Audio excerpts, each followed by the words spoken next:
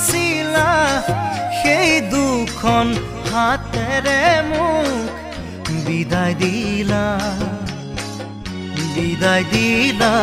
নাজানো ক'ত কি লাগিলে ভুল